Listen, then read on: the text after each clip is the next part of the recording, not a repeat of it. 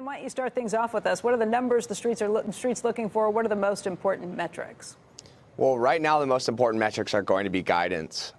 Ultimately, it's not about this quarter. It's about what's going to happen with Disney Plus, Star Wars Land opening up later this month. You know, they have all these great movies slated. So it's really how they think they're going to do the rest of the year. This quarter is kind of this in-between time as they're releasing all these things.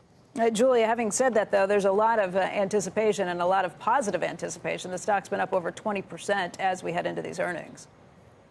Absolutely, Becky. I mean, I think this quarter is important because it's really the first quarter that we're going to see the combined Fox and Disney numbers together. That's very meaningful. We already saw Disney rearrange its reporting units, consolidating consumer products and parks to sort of simplify the reporting structure and also separate out the direct-to-consumer business. But what's important here is this will be the first time we see those Fox assets integrated. But, Becky, I think there are two key areas to watch here. As we wait for the direct-to-consumer streaming Disney Plus service to launch, there's a lot we could hear about the film business, especially after just yesterday Disney announced 3 new Star Wars movies and a delay to its Avatar films. And also the theme parks. Remember, they have those big Star Wars lands opening, the one here in Anaheim opening just later this month.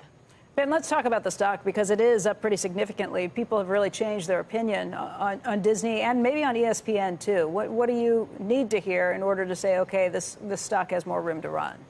Well, it has not been an exciting time to hold Disney for a while, especially dealing with this FX Fox deal. But finally, we are so excited because with all this, you have Star Wars, you have Hulu that's growing their users at 50%, 25 million users. I mean, there's so many different things going on with Disney right now, and we're just really excited to see what's going to come with all of it.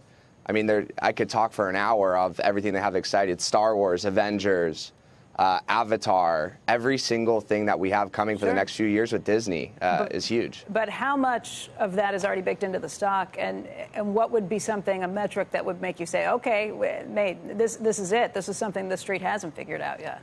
Well, look, the stock has moved a lot over the past year, but what has it done the 3 years before that? Nothing, right? So really what we're going to want to see is a slowdown in ESPN. You know, we've obviously had this issue with ESPN. If we can see some growth in ESPN Plus, that would be exciting because they own some of the best sports content. But really we're looking at what the next 6 months of this launch of Disney Plus, what eventually these theme park numbers are going to be with the release of Star Wars Land this month. Yeah. So it's really what we're looking forward to.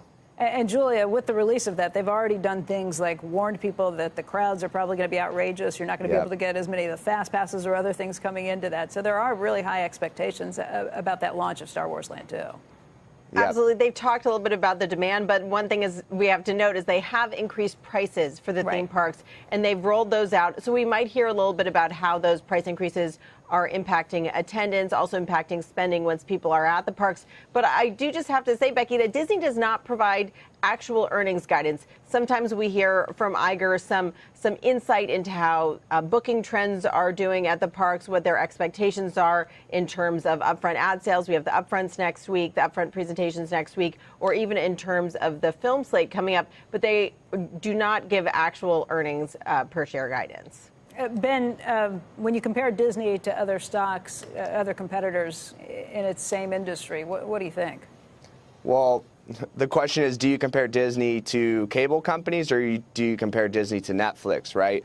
With the release of all these different streaming services, Disney Plus growing ESPN and kind of putting all those FX and Fox assets in Hulu, I mean, the cable companies have a lot of issues here. I think there's room for both Netflix and Disney. Obviously, people will look to bundle that whole Disney, but the cable companies are the ones who you got to worry about here.